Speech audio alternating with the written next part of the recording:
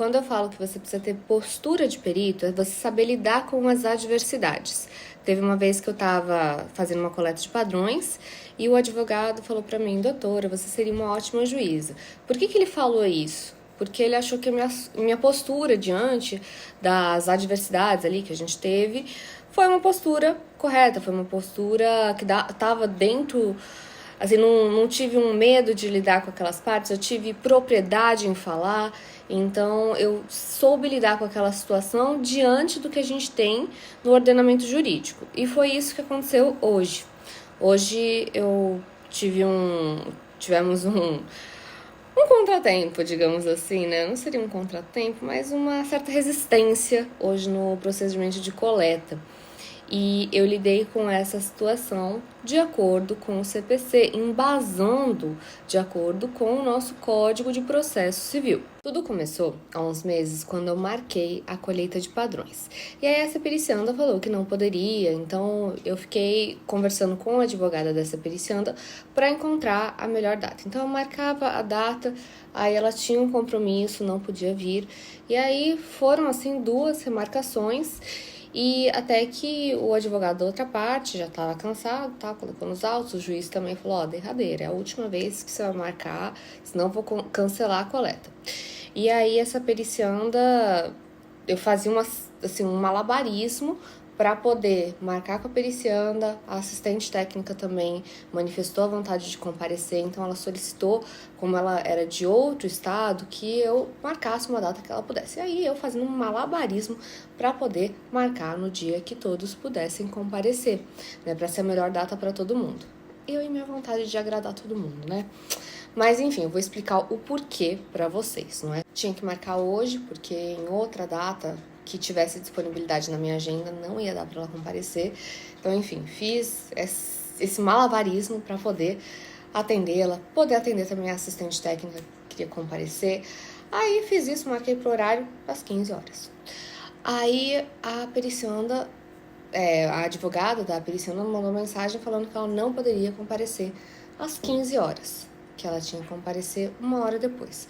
Geralmente eu dou 15 minutos de tolerância, mas 1 hora de tolerância, às vezes a outra parte, pra mim tava tudo bem, mas pra outra parte poderia ser algum impeditivo, às vezes o voo tava próximo, né? Ainda bem que a assistente não tinha marcado nada. Eu tentei fazer com que ela viesse em 30 minutos, para que não atrasasse muito. Imagina se eu tivesse outra coleta, ainda bem que tava tudo assim sob controle, então assim, eu marquei, deixei a tarde inteira para esse ato, mas atrasou 1 hora para a chegada dessa pericianda.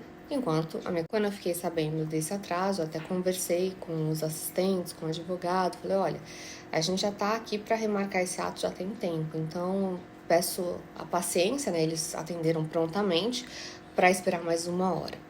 O que muitas pessoas poderiam falar: ah, não, mas eu tenho outros compromissos, né? Então essas partes já estavam tranquilas. Ele falou: não, tudo bem, a gente pode esperar. Ela chegou em 1 hora, só que aí que tá. Quando ela chegou, ela olhou pros assistentes e pro advogado e falou assim: quem é esse povo aí? Aí já começou o desrespeito, né? Eu falei: opa, não é povo, né? Assistente técnico, advogado. São pessoas que estão ali trabalhando. Elas estão ali. Eu entendo também o lado da pericianda, que realmente é um ato chato, né? Você está sendo examinado, às vezes está desconfortável com aquela situação. Entendo também. Então eu tenho que tratar bem tanto a pericianda que está naquele desconforto, quanto as partes que estão trabalhando. Então eu expliquei para ela educadamente que aquele povo se tratava de pessoas, assistentes técnicos e advogados da outra parte. E aí ela falou: eu não quero esse pessoal assistindo minha colheita de padrões. Não quero. Meu advogado não tá aqui, então eu não quero eles. Eles são advogados da outra parte. Eu entendo a justificativa dela, mas eu rebati por quê? No CPC, há garantia. O advogado dela foi intimado, todo mundo foi intimado para aquele ato. Não foram só os assistentes da outra parte. Então, o advogado dela não estava lá porque ela ou ele não quiseram. Então, eles tiveram a possibilidade, estava lá no processo, ele poderia estar acompanhando ela. Mas ela chegou sem um advogado, ou seja, ela anuiu com aquele ato sem o advogado, enquanto que a outra parte mandou seus assistentes e advogados. E aquelas partes deveriam ser respeitadas porque a gente tem essa garantia no nosso Código de Processo Civil. Eu recebi algumas perguntas sobre o caso que eu falei ontem, né? Então algumas pessoas perguntaram, mas por que você não fez coleta remota?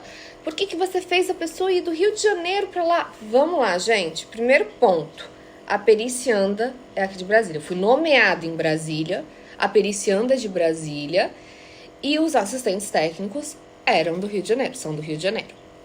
Então, os assistentes técnicos eu dei essa possibilidade de acompanhar remotamente.